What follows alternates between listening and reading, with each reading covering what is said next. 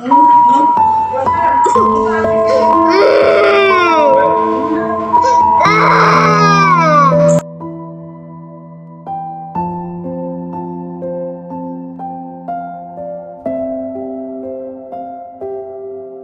umur 3 tahun mau masuk 4 tahun.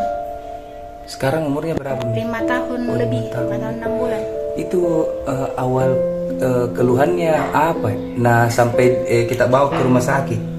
Apa keluhannya?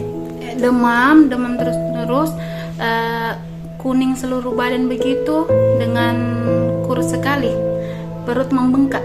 Oh gitu dia. Terus apa penanganan pertamanya pas kita bawa itu di rumah sakit?